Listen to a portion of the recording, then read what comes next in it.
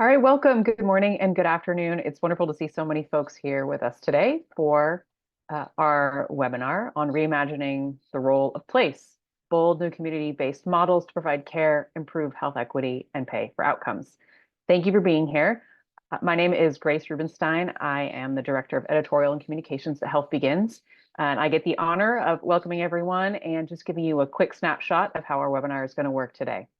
So let's jump ahead to the next slide. I want to let you know first off that this webinar is being recorded.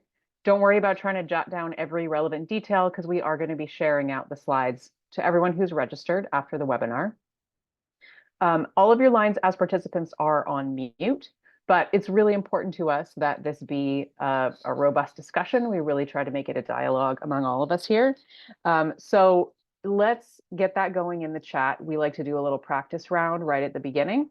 If you can let us know where you are dialing in from and your organization, we'd love to see that. Here's a little demo from me in the chat, and just make sure you have it set to send to everyone. Thanks, Vince and the send. Let's see where everyone is from. Hello, Catherine, Joan, Kelsey, Maureen. Wonderful, thank you. All right, that just gets us started. So this is going to be a 1-hour presentation. We're setting aside a good chunk of time at the end for a Q&A, but you don't have to wait until then to share any questions that might come to mind. So at any point, if you have a question for the panelists, you're welcome to place it right there into the chat. We'll be monitoring that the entire time and gathering up the questions to save for the Q&A at the end. Please do bring respect, curiosity, and joy to this conversation. We will all endeavor to do the same. And if you can jump to the next slide, please, Bobby. Thanks to Bobby for the help.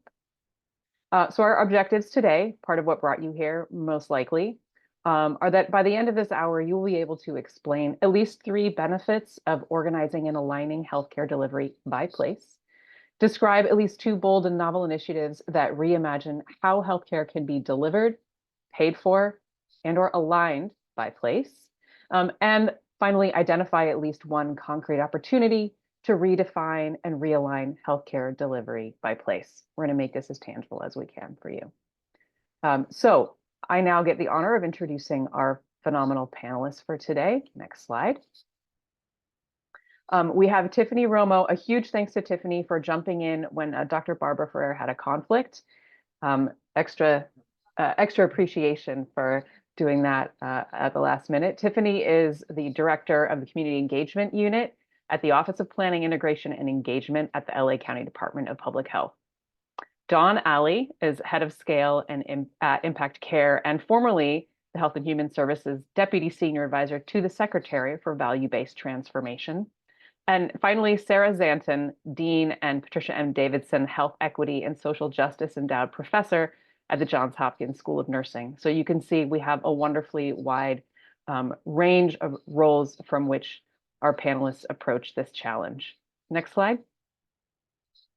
Our moderator, I'm pleased to introduce, is Rishi Manchanda, CEO of Health Begins, and I hereby place it in your capable hands, Rishi. Thanks so much, Grace. Hi, everybody. Welcome, and thank you so much for joining us today. We have a lot of folks, as I can tell in the chat, from around the country, so please do continue to share your name, your organization, and your location. It really gives us a sense of the breadth and the depth of the kind of wisdom in the room here. And so I am here as CEO of Health Begins, as moderator, as Grace said, for this incredible conversation.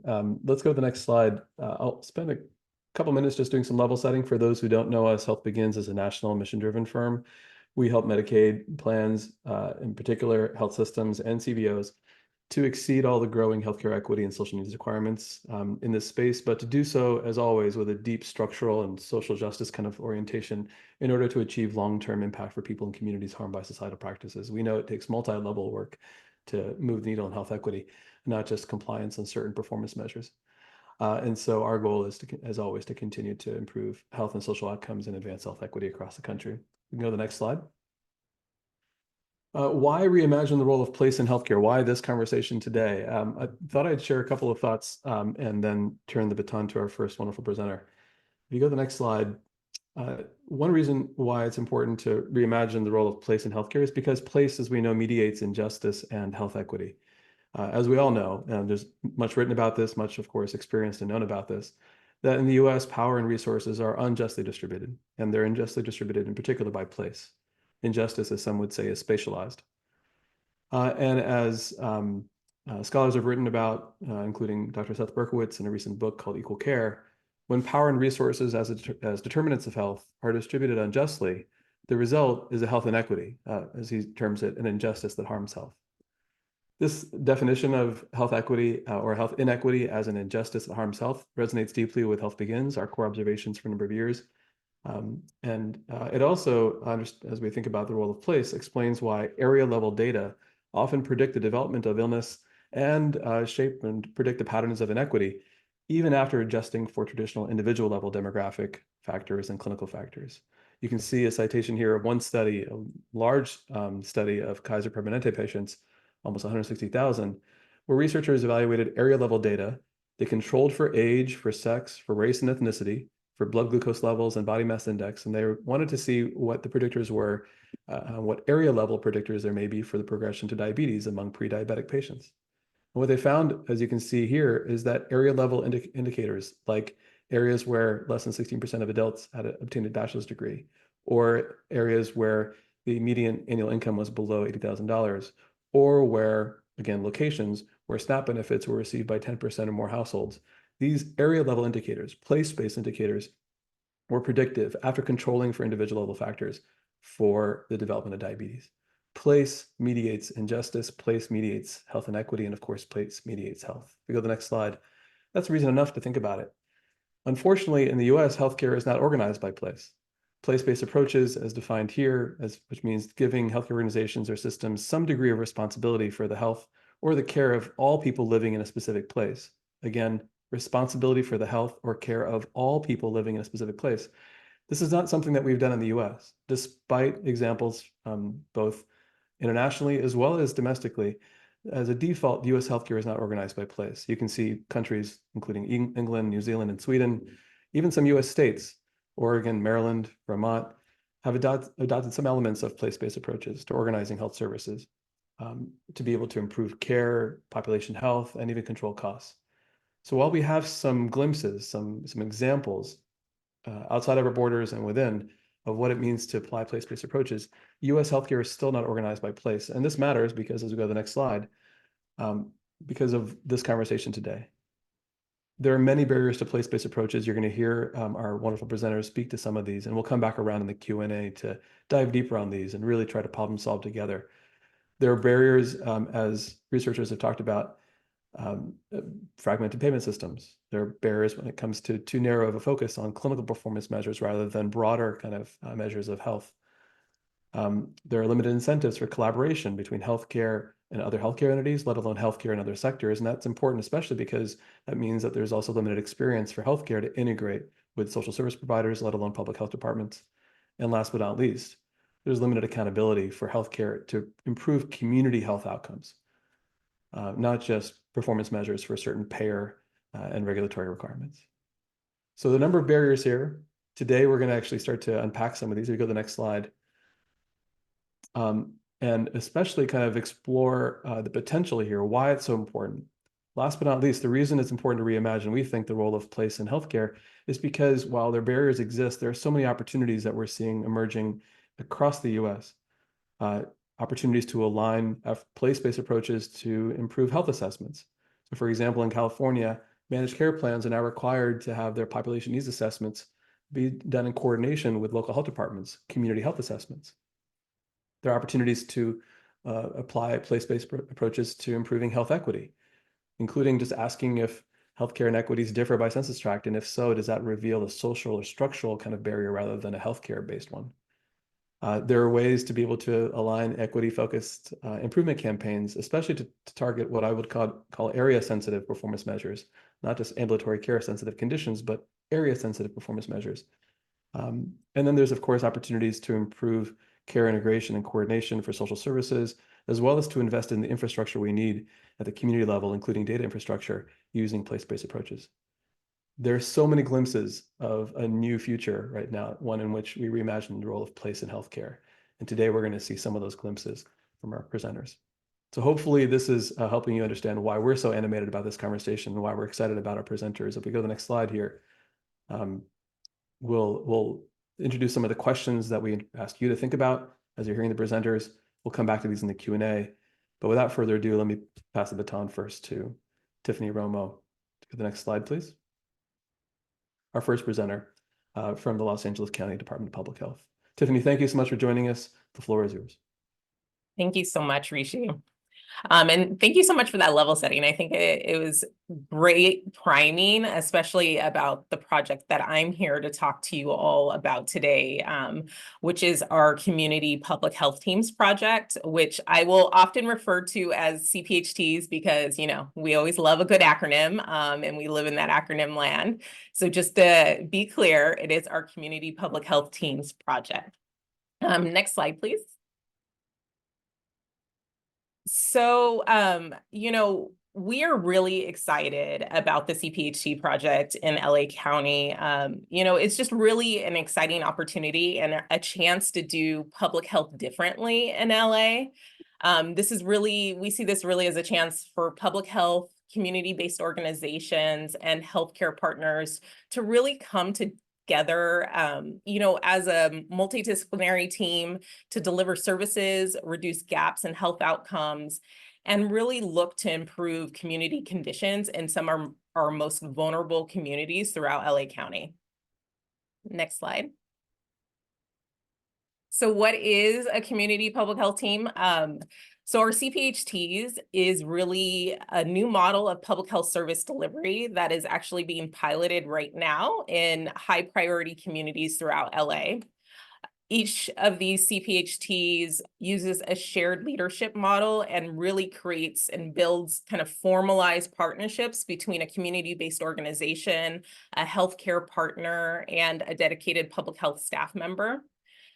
There are total currently 10 teams, and each of these teams coordinate with each other to provide outreach, engagement, and services to anywhere from 8,000 to 13,000 households within their assigned service area. And what we see is that we're hoping that by really embedding services within the community and really working with these teams to foster strong partnerships, we'll be able to work with residents to identify kind of their priority health needs and really look to improve health outcomes overall for these specific communities. Next slide. So this CPHT pilot is taking place, as I mentioned, in 10 areas of LA County. So this table that you see in front of you really details out the 10 CPHTs, including kind of their unique name that they've selected that really represents their community, as well as the communities that they're currently serving within that area. The CPHTs as a whole, their selected service area includes anywhere from 5 to 8 contiguous census tracts. So it's really what we're calling a micro service area. And you'll see these areas in the colored sections in the map. And these census tracts were actually identified by our partners in this process using kind of existing data indices. So we used the Healthy Places Index and the Social Vulnerability Index to really hone in and identify the census tracts that our agencies were going to work in. Next slide. So what do the community public health teams do? So each of the community public health teams will implement 5 core strategies. And these 5 strategies include conducting household visits. So each of the CPHTs will visit the households in their assigned service area at least once annually to administer a household assessment. They'll also, connect households to services. So as our community health workers are in the field and conducting these household assessments, they'll identify needs and will ensure that residents in those households are connected to healthcare and social services and also provide follow-up. The teams will also help to analyze and really contextualize data that we receive around health, mental health, and social determinants of health. This data is going to be collected, from residents through the household assessment, through community convenings, which I'll talk about in a minute. So they'll really kind of provide kind of that context to what we're seeing in the field. They'll also be charged with hosting regular community convenings. What is kind of core to this project is that it's community centered and community driven. So these CPHTs will convene regular community meetings in the target communities to share data, come together with the community and jointly identify, health issues, and really work to build community action plans and implement them over the course of the project.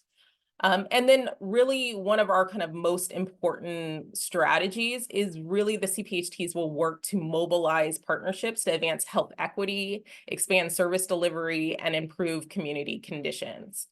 I think what's unique about this project is that there's no predetermined topic of focus, which could be really scary for a lot of folks when you don't have something you're really honing in on. This project is entirely driven by our community partners. So it's working with community residents. The CPHTs will actually define their own long-term outcomes and their health areas of focus. And all the work and associated strategies and activities will be entirely, as I mentioned, driven by the community. So our department is really committed to this. I mean, so much so that we're actually investing $75 million over the next 5 years that will go directly to community partners in order for us to really show and demonstrate how we could strengthen, public health community-based infrastructure and continue to build it. Next slide. So the CPHTs will serve a total of 85 census tracts. This includes 21 cities and communities, and really have the potential to impact over 93,000 households, which accounts for approximately 350,000 individuals. Next slide. So as of August 2nd, the field work rolled out in late April. So we did have a good amount of time that we allowed our teams to plan, because it is a lot of planning to put this much effort and really launch and ramp up. So we allowed it time for our teams to plan, but the field work really rolled out in April. And as of August 2nd, we have seen our teams visit over 16,000 households. They have completed 944 household assessments. They have convened 18, community convenings in these respective 10 communities and reached over 750 people in those convenings. Next slide. And so, as the data is starting to come in and we're getting better collecting our household assessments, we're getting some very preliminary data that we've seen. And, some of the things I think are really not a surprise to most folks. But, some of the top health priorities that are coming out of these conversations with community residents, that are coming out of the household assessments, is that food insecurity is a huge issue. Getting connected or reconnected in a lot of ways to healthcare and having their health insurance put back into place is still an issue. And just getting connected to medical services directly is still, again, a top priority for these households. So far, our CPHTs have actually connected over 118 individuals into social service programs. So these are like, CalFresh, like our state nutrition program. And then connected 21 individuals directly into healthcare coverage that did not currently have healthcare. A lot of individuals are actually covered, but are just not utilizing their healthcare. And so they've been assisting with that as well. And some of the demographics that we're seeing is not surprising. It's predominantly, 88% Latino. Most of the referrals that are coming in are from kind of our female, population of, families that are available at the households and are getting referrals for themselves and their children's and their partners in the household. So again, none of that is really kind of surprising. And we look forward to seeing more information and really being able to define this population as we get more and more, household assessments coming in from the field. Next slide. And so, just to kind of wrap us up, and that was really just a brief summary of hopefully you understand the framework of the community public health teams, what we see, and what we really believe that this kind of place-based public health approach offers, several key benefits to improving community health. One, it really promotes inclusivity and community-driven actions by engaging all the households within these census tracts. It ensures accessibility through direct connections to resources and services, often with opportunities to address immediate needs. I mean, we've already heard kind of anecdotally from the field that, teams will, meet with folks and their household, and food insecurity is, again, a top issue. And through their partnerships, they've been able that same day deliver a month's supply, of food. And then also help support them getting enrolled into services. So really addressing those immediate needs have been critical. And that also kind of builds into this idea of building community trust, and having these kind of long-term relationships with the CPHTs and the household. That is really critical because I think, at first pass, most of these households are not giving us all the information we're asking for. But when they see us that we're consistent and that we're in their communities and we're still there and we're following up, we get more and more information and we are able to kind of dive deeper onto what their critical needs are. And then just finally, it's just this approach really fosters this multi-sector collaboration and really kind of creating an integrated kind of service hub within these communities where there's all these networks and resources to provide community residents as needs are identified. And next slide. So, of course, there's definitely some key challenges that we always kind of anticipated from the onset of this project. And this includes kind of the need for effective data management and sharing across agency. Rishi, I think, mentioned this early on in his kind of presentation. There's also, this ongoing effort that is going to be really required to identify, formalize, and maintain partnerships and relationships so that you have the resources and services available when a need does arise. And then, as noted, the limitations of current funding. We are currently using, federal funds that are really intended to support kind of workforce development for this project. But there is, a need to make sure that we're able to kind of diversify our funding and really advocate directly, to health plans. Because if we're able to, kind of create a sustained funding approach with this, we're really going to understand kind of the success and really kind of understand how this kind of approach can impact overall health outcomes for these communities and really lead to overall, success of public health and community-based care in these kind of most vulnerable communities. So I will pause there. Thank you so much for the time and the space, and happy to answer questions at the end. And with that, I'll hand it over to Rishi. Tiffany, thank you so much. Let's go to the next slide here. And Tiffany, to your point, there are a number of wonderful comments and great questions also in the chat as well. We'll try to compile some of those and ask them at the end, but feel free, Tiffany, if there's anything you see there to share any responses. Thank you again, Tiffany. This is a wonderful segue actually to Sarah Zanton as well. Zanton from Johns Hopkins School of Nursing, because of the wonderful model of neighborhood nursing, Sarah, that you and the team at Hopkins have pioneered. Thank you. The floor is yours. Thank you. And the questions and comments are so excellent. I'm almost tempted just to cede my 8 minutes right back to the group, but I'll just throw in what we've been working on, and hopefully it can lead to, a more full discussion. Thank you so much. Next slide, please. And you can skip that. It's just the title slide.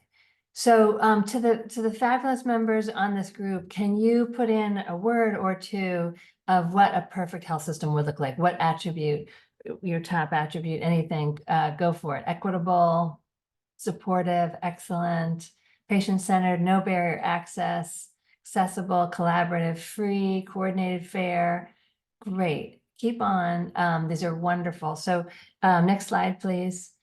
Those are some of the ones that I had thought of. I'm really happy to, I hope we're going to keep the chat. I also, along with some of the other things that you've put, I want people to be able to experience joy and participate in their community, and participate in their family, and as much as they want to. And I think we have a great opportunity for this ideal health system to cost less than what we're currently spending. As we've all said for the last 30 years, we spend almost double any other wealthy nation, and we have the worst health outcomes of any of them. So we should have a lot of money to use to reimagine this health system. Thank you for all these wonderful comments on what a perfect health system would be. Could you bring the next slide up, please? So we've developed a model that is taken from really almost straight from Costa Rica. But if you listen to Tiffany, it's almost what she described, but adding a nurse as well. So it's a community health worker and a nurse. And they're geographically impaneled, similar to what Tiffany said, although in Maryland, not in LA.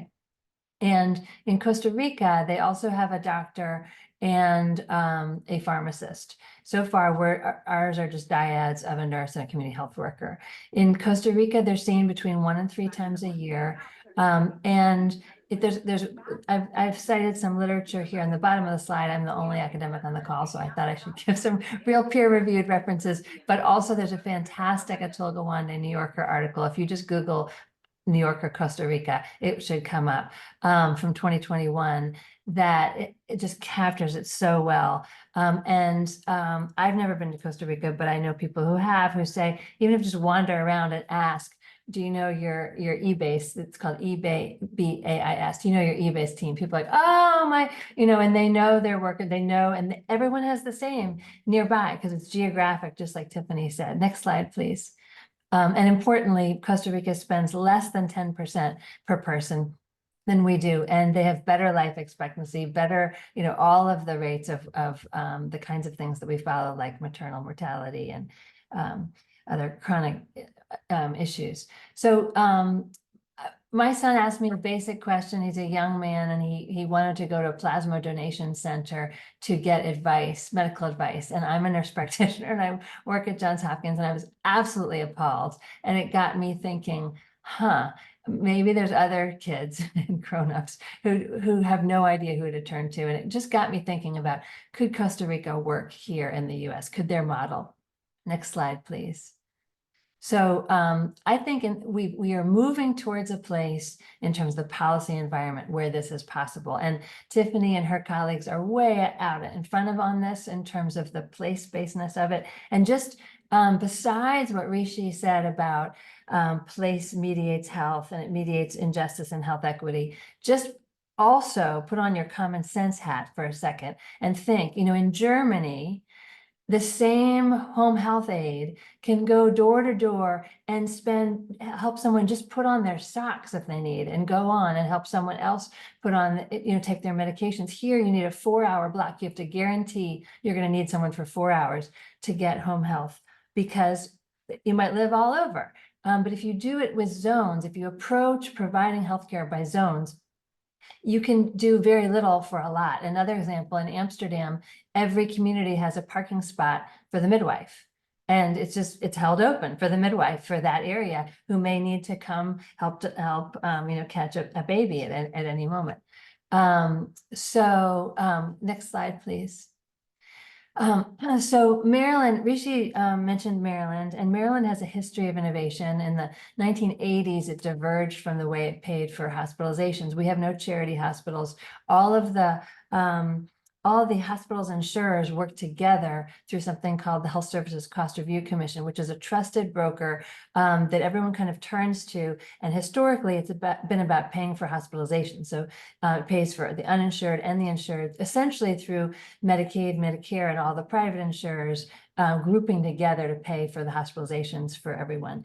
And now that the Center for Medicare and Medicaid Services has developed the AHEAD model, which is so far just going to be Vermont, Maryland, and Connecticut, they're expressly asking those 3 states to cap hospital payment and do more in primary care. So we're trying to get out ahead of that and say, okay, primary care shouldn't just be for who walks in the door of a primary care clinic. It should be for everyone in a particular zone. So next slide, please. So we have taken this evidence from Costa Rica, and we've layered on a nurse, as I mentioned, to essentially what Tiffany's vision is. And if you're not familiar with nurse, I mean, I know you know nurses, but what a nurse can add to this model, for example, imagine if everyone in the country had a trusted nurse during COVID, how different that could have been. Imagine, you know, the vaccination rate, the mask wearing rate. Nurses can do point of care testing, you know, for anemia or blood glucose. Nurses can do environmental assessments of people's homes, their family dynamics. They can do medication reconciliation and management. They can screen for all kinds, you know, developmental screening of kids, substance use disorder screening. They can do Suboxone and all kinds of you know, harm reduction work. So a community health worker and a nurse team, we think, has a lot of legs for this kind of zoned care. And we think that in Maryland, along with a few other states, is the place to try it, to flip that pyramid so we're not spending almost all of our money on reactive health services in this country. The only universal thing is 911 and the ER. And we just have to flip that. Next slide, please. We think this could also help solve the primary care shortage, because people would be getting more primary care out in the neighborhoods. The nursing shortage, because you would have you'd have fewer people in the hospital. Stable careers for community health workers. And I'm so interested to hear, Tiffany, in the questions and answers about using the workforce dollars for your project. We think it could help with behavioral health crisis, the opioid crisis, the underuse of palliative care. Imagine if you had a nurse who you knew over time who said it's time to start talking about palliative care, how much trust there would be in that, the lack of trust, and the deficit model we have of patients. I know that someone in the chat talked about how are you using community strengths, and how are you, and that is my whole background, is working with people as people instead of patients, and what matters to them, what their strengths and resources are, and approaching their health from that. So I think that's my last slide. And I'm very happy to, I'll cede the rest of my time to the rest of the group. Sarah. Rishi, to you. Yeah. Yeah, thank you so much. I see this next slide here. We can go forward a bit. Thank you, Sarah. Appreciate that. And we're going to come back to, I think, some of the other points that you shared there in the latter 2 slides in terms of the partnerships that you have in place as well. And again, similar to what I mentioned to Tiffany, Sarah, thank you. And also feel free to jump into the fray here with the wonderful Q&A that's happening in the chat. Thank you for that. Last but not least, Dawn Alley, head of scale at Impact. Dawn, thank you so much. It was actually a thread of a conversation online that I had with you that led to this conversation today. So I want to say thank you, and the floor is yours. Well, thank you all so much. I'm really humbled to be a part of this panel and also this amazing audience, and looking forward to the discussion. I want to zoom out for a minute and really think through some of the challenges of scaling what we know works. And it's been really exciting to hear from Tiffany and from Sarah about these really comprehensive population-based, place-based approaches. We also know that there is a tremendous amount of evidence for these kinds of interventions. And one question we might ask is, why do they not exist already? Why this many years into developing an evidence base around things like community health workers, are we still having this conversation? So I want to try to tackle that question, drawing for myself, both on the work that I'm doing now as head of scale at Impact Care, where I work to expand access to evidence-based community health worker programs, and on my previous 10 years as a federal policymaker at HHS and CMS. So, and next slide. And we can go one more. So we know that community health workers are an inherently place-based workforce. Authentic community health workers come from the communities they serve. They build trusting relationships because they are trustworthy, bringing traits like empathy, problem solving, non-judgment, listening, to really engage individuals to help them achieve their own goals and improve their health. And we know that in a structured community health worker model, we can achieve that magic that happens when a community health worker is engaging with someone from their community, helping them achieve their goals and improve their health, that we can do that with consistency at scale, day in and day out. And so the next slide shares data from 3 randomized controlled trials of the impact community health worker intervention. These outcomes of things like a 34% reduction in hospital days, again, come from randomized controlled trial data and have been replicated in a PCORI evaluation across 5 health systems nationally. And we work with more than 50 partners to help implement these kinds of interventions. And shout out, because I saw a few of those folks, Regional One Health and Partnership Health Plan, and maybe a few others who are on today. So really excited to have you here. But so, again, we might say we have a ton of evidence that this can work. Why does everyone who would benefit from a community health worker in the US not already have access to one? And there, I think we really have to go back to those themes that Rishi raised in the introduction around fragmentation of our system, and particularly fragmentation of accountability. Who bears the cost besides the individuals and communities themselves when we have excess utilization that is preventable? And one thing that I saw when I was at the CMS Innovation Center is that we, early in our days at the Innovation Center, tested a number of true place-based interventions through the state innovation models and through a variety of other more grant-based programs, where we had this model where we thought, okay, we're going to go, we'll test these healthcare interventions, we'll prove they work and generate value, and then they'll just kind of magically be adopted by organizations who will see that that return on investment is there. And that did not achieve the traction that we wanted. And you can go to the next slide. In some cases, what we saw in things like the state innovation models were that those investments did result in sustainable backbone organizations, which is truly a tremendous feat. And I also have some of those backbones on the call. I saw someone from one of the RAIs, the regional accountable entities in Colorado, on. There was also tremendous work by what are called the Shires, the community health innovation regions in Michigan. But as these organizations did amazing community-based work, and they did it agnostic of payer, saying we're going to engage the whole community in ways similar to what Tiffany and Sarah have outlined, they then had to actually go back after those grant periods ended and sell it to every single slice of this pie. So just to take a minute and talk about what we're looking at here. If we just think about, these are averages across the US, it's going to vary in any given county. But, we have, I'm going to come to employer-sponsored last because it's the most complicated, but 8% of our population that's uninsured. We have folks insured through TRICARE and the VA, about 6% of our population that's insured through direct purchase plans, 15% Medicare, but half of those are going to be split across multiple Medicare Advantage plans. The remainder are in fee-for-service, and their accountability may be with an accountable care organization or other accountable entity. And then 21% in Medicaid, where accountability for their care is distributed across multiple managed care organizations. That's the yellow piece of the slide pie here. And I've shown 3, but in states like Maryland, you have as many as 9. And then you have all those folks that are obtaining insurance through their employers. And so if I want to build for a true population health approach, I need to get all of these folks to pay in. And that becomes an incredibly challenging task. And so I wanted to not just talk about the challenges, but point toward 2 real opportunities that I think we're seeing out there in terms of ways to get over what has been a pretty tremendous challenge.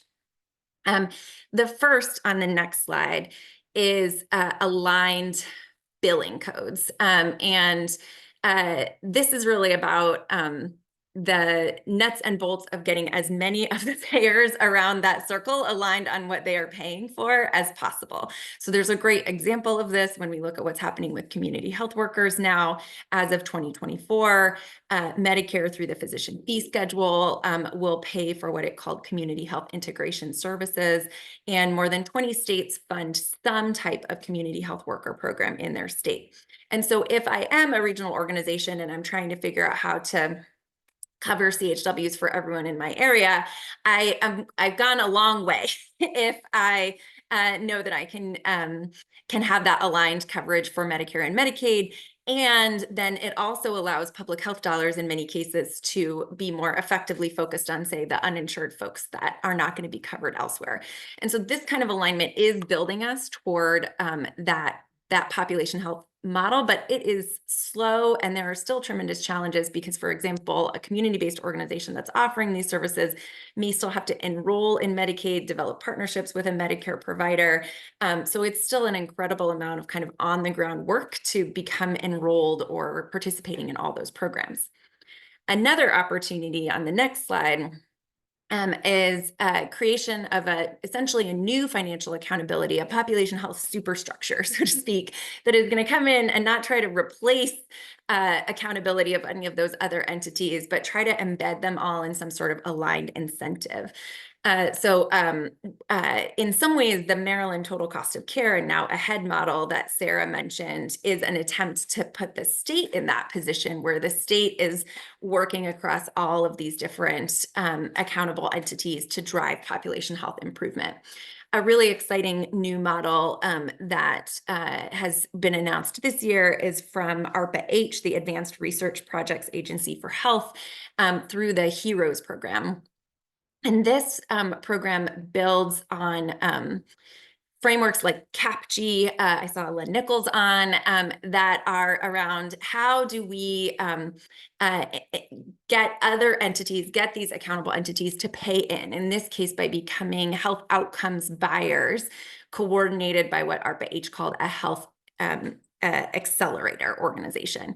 And so this figure, I don't want to take up too much time and cut into questions. This figure outlines how that health accelerator will engage outcomes buyers to raise funding the needed to deliver evidence-based interventions up front, but with the incentive at the end that they will receive funding based on the essentially the return on investment they're getting at a true population health or community level. So for each of these communities that participate, ARPA-H is offering $15 million of outcome buyer funding, and it's putting in place incentives and support to try to bring at least a 2-to-1 match. So we're talking about $45 million per community to incentivize these types of collaborations and superstructure. But one challenge there, as we're thinking about the benefits and challenges, is that ARPA-H structured this around 4 distinct outcomes. And that was because those were the outcomes where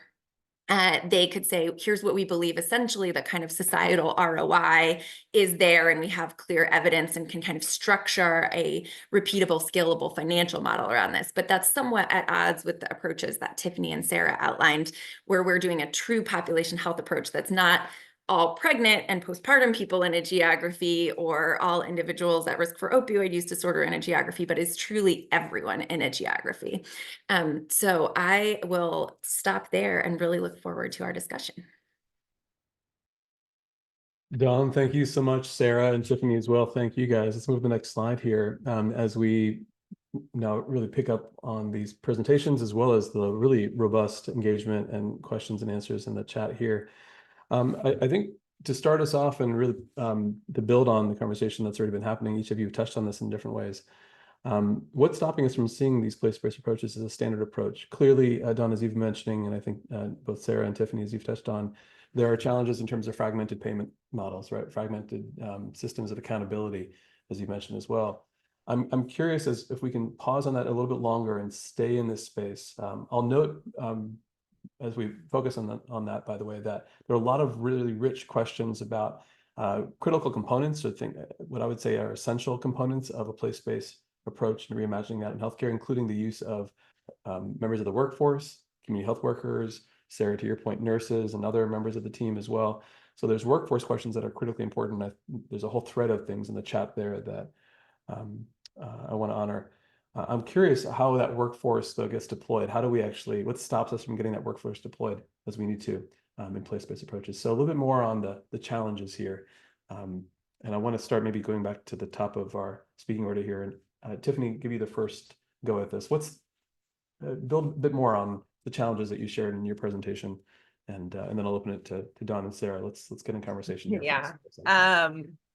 I mean, I think, kind of stepping back, I do think, the biggest kind of a challenge to adopting kind of this place-based approach is just this medical model, right? I think we've all touched on it, and just really, having the system that really focuses on kind of treating illness and treating sick people versus kind of looking at the population as a whole and really kind of honing in on kind of those social and economic factors that really, play a large part on the overall health of populations, and being able to kind of hone in and kind of, mobilize all these systems around kind of focusing on addressing kind of overall community health. So, I mean, some of the things that we talked about was, that idea of kind of data management, which is critical, right? Like you want folks to pay to sustain these programs. So you kind of have to be able to show,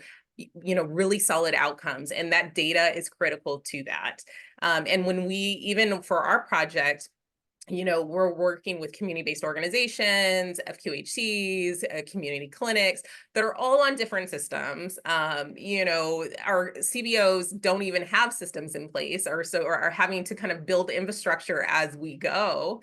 And they can't talk to each other, which makes it really difficult to really kind of be able to track health outcomes and the impact of this work to really show a successful model. So I mean, I will just stop there, but I think really one of the biggest things for us right now is being able to do that data management, to be able to share across networks, to be able to track households or even families and individuals, and have that kind of continuity that's really important to really show the impacts of this type of work. Tiffany, just building on that, and maybe this is a thread back to Sarah and Dawn as well, who I invite to kind of jump in. It does seem like, and Dawn, you touched on this earlier as well, that one of the challenges right now at the cutting edge of this work with place-based approaches is the distinction about which outcomes matter. Is it for specific outcomes implying specific populations of focus, or is it everybody in a geographic area? Is it geographic empanelment? I'm curious if you could touch on that. I'm feeling that as a tension right now in terms of a core question for how to apply place-based approaches here. Sarah, Dawn? Yeah, well, I'll just jump in quickly. I think that is a real tension. And I think that, so in our first senior high rise that we were in, only 11% of the older adults had normal blood pressure. So 89% had high or very, very high blood pressure. And these are all people who had Medicare and live a mile from, a fantastic health system. And many of them were being seen and weren't controlled, and many of them were not being seen. And Senator Sanders visited the high rise, and a resident said, I have insurance, I have a doctor, I have quite high blood pressure, and I don't go, but I come see these nurses because they're here and I trust them. And, in the chat, someone had said like low threshold. I think we would almost need like reverse threshold where we are at people's doors. And, but the reason I brought that up in response to your question is I think there might be a way to thread the needle of both, that we're not just out for obesity or high blood pressure or maternal morbidity.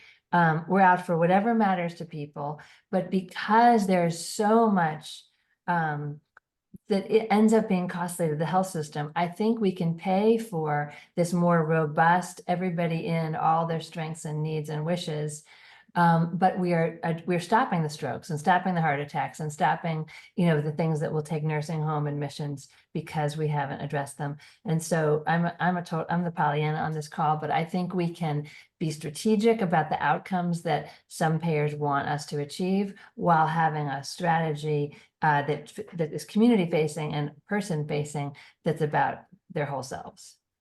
I just want to +1 that and say, I think there is a real danger when we say we're going to do a food insecurity intervention, or we're going to address one of the ARPA-H outcomes is CVD risk. But if we go into that senior housing complex and we say, we're here to improve your blood pressure, I doubt you're going to get the level of buy-in and trust that Sarah's team are getting. The way that you get that is by asking people what's important to them and helping them achieve it. And that is actually, that can sound Pollyanna, but that is evidence-based. And I think for most people, when you stop and think about it, like we have a tremendous number of examples of someone where their doctor says this person needs a community health worker, or this person needs an intervention because their diabetes is uncontrolled. But when you talk to them, they say something like, I know I need to manage my blood sugar, but my son is struggling with addiction. Until I get him to a better place, I can't focus on me. And it's not going to work if the way you go in is to start with, like, let me educate you about the importance of taking your blood pressure medication. You have to start with what's important to them, right? But the good news is that we know that actually doing that well in a structured way does reduce hospitalizations. And like, if I had to pick one measure, and this is probably from 7 years at CMS, right? It's some version of hospital days, because we know that if you're focused on that, it's going to create an opportunity to move the needle across a bunch of other kind of process pieces on the pathway, and it's going to result in the savings that's needed to finance these kinds of interventions. Well, based on that, I think piggybacking on some of the really great questions in the chat as well, there's a question of the current state and the future state, and kind of trying to find a way to bridge, the current and the future, this new future that we're trying to reimagine right now, how to manifest it. One pathway, of course, is this question of, as we framed it over here, of the role for healthcare, how to reimagine the role of place for healthcare, particularly, so that healthcare can play a role in the broader public health approach here that I think we're all talking about, including what Tiffany talked about. What do you each see as concrete kind of opportunities right now for, let's pick the plans, the managed care plans specifically, to get involved in this way, to take existing kind of requirements, existing pain points that plans are experiencing right now, and try to align them a bit better to support these place-based approaches? Jump ball question. Well, and we've got some audience members who know more about the healthcare plans than we might, so I would encourage them to jump in by chat or unmute too. I do think that we need to continue to demand more from plans, and I think CMS is making that priority through things like the Health Equity Index, plans that are seeking Health Equity Plus accreditation that requires them to, really look at and respond to needs of their community.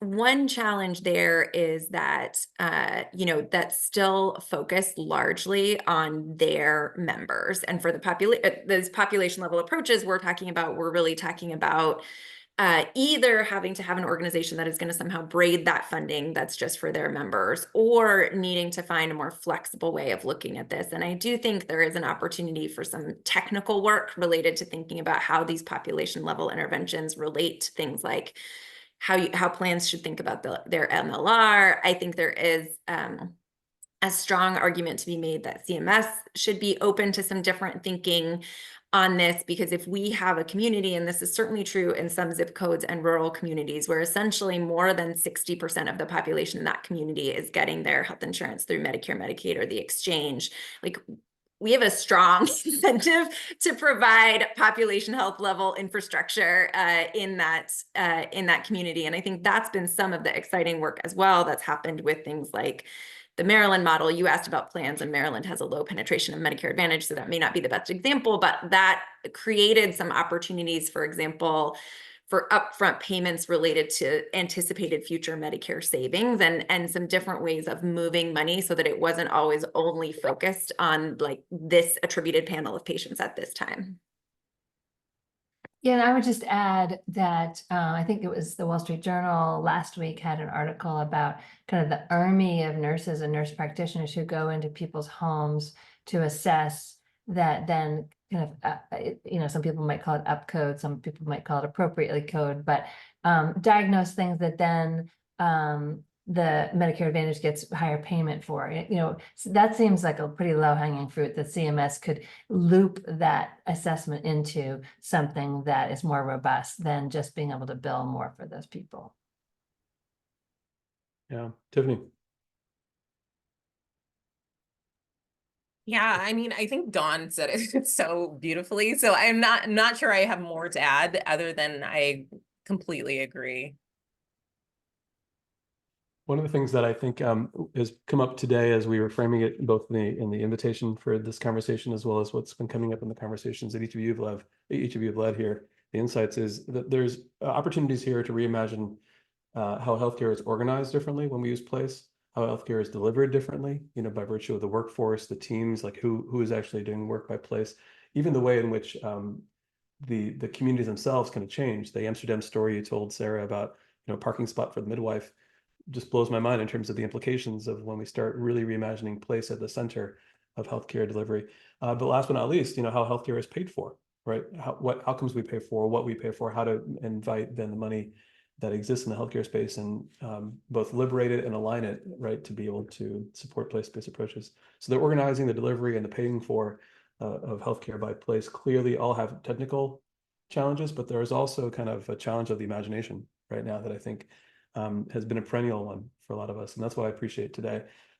In the last couple of minutes, maybe let me ask Bobby to share screen and put this through kind of a health justice orientation as well. And particularly for those who are part of this call and who are part of our broader network, that we think about health equity as really, as I talked about at the top, as a representation of an injustice that leads to harm. That inequities really are experienced as harm, and therefore we need to address the social arrangements that put people in harm's way. If we go to the next slide, from that perspective, let's think about health justice, as we think about inequities, not just as differences between subpopulations, but really the absence of justice. There's also, I think, something that occurs to me here, and I welcome last kind of thoughts from each of you on the panel, as well as in the chat. I think there's a risk that without place-based approaches, without thinking about and implementing new ways of organizing, delivering, and paying for healthcare with place at the center, healthcare systems run the risk of not just substandard performance, right, but of perpetuating arrangements that put people in harm's way. In other words, to put it another way, and I think Lisa and others in the chat have mentioned this about the capitalized system of care, this is not a neutral kind of moment, right? The way in which healthcare itself, as with other institutions in society, have been structured, it could be argued it's structured to continue to advance spatial injustice. Spatial injustice is a term here, right? You can see on the left, as some scholars have talked about. So what does it mean to reimagine place at the center of healthcare? As the National Institute of Medicine, had put forth a little while ago, there are recommendations here that some authors and scholars have talked about in years past about what hospitals and health systems can do and really kind of reimagine this work. And so I just want to encourage us to think not only about the technical and payment model kind of challenges, the policy kind of challenges, which are very, very critical, but also about what this means for how we conceive of health and healthcare in the country itself, its role in promoting health justice or not. Does this resonate with any of you? Definitely. Go ahead, Sarah.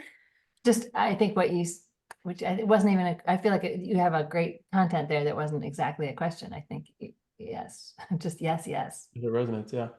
I mean, I think well-designed and effective population health interventions are about transferring power fundamentally. And so I think in some ways, the different things we were talking about today are grappling with that and how you take that power from hospitals and health plans and try to go into communities and respond to what people need. But that will require like serious long-term retrofitting of some of the structures as we think about things like risk adjustment and quality measures that have been set up in a very top-down way that are not about necessarily what people want and need, but are about what we think they want and need.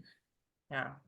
I mean, I would just add, and like, I completely agree with Dawn. I mean, I think, you know, one of our core values of our community public health team project is, you know, this idea of shared leadership and really centering community voice in every aspect of the project. So whether it is even the development of our household assessment, we took that back to our partners, we took that back to our residents, right?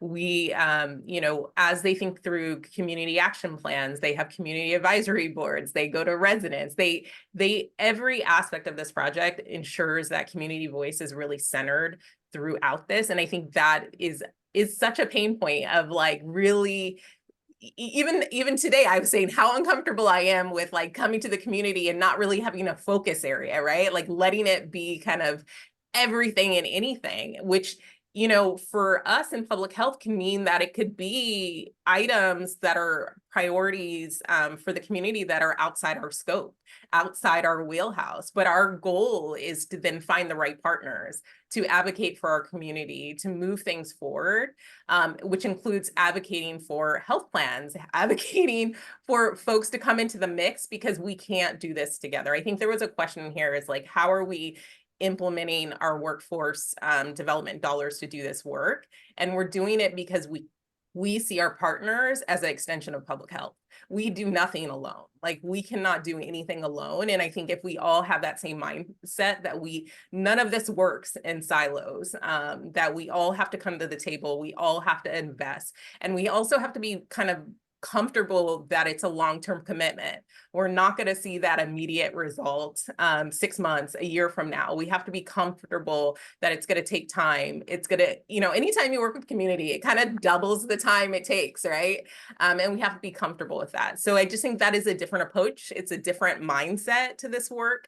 And it's going to take a lot of, you know, flexibility and being in this space of being uncomfortable, but really understanding that we're moving the needle forward. Tiffany, thank you. Sarah, thank you. And Dawn, thank you. And last but not least, thanks everybody who's been part of this conversation as well as actively involved in the chat. There are clearly different layers of this right now. At the very least, there's programmatic and technocratic kind of challenges right now. There's deeper kind of structural kind of challenges within the institutions of healthcare, as Dawn and Sarah and Tiffany are all speaking to. And there's a deeper kind of level of really challenging our imagination right now and thinking about what is at the core of this kind of work right now and who's at the center of this that's going to be required. I think this conversation is just the beginning, I think, of what I sense as a drum roll of conversations. We're closer now than we have been in a while to reimagining the role of place in healthcare, in large part because of the work that each of you are doing. Thank you. This is not the last part of this conversation. There'll be more to come. Thanks again, as always, for joining us. Thank you, Rishi. Bye, guys. Bye-bye.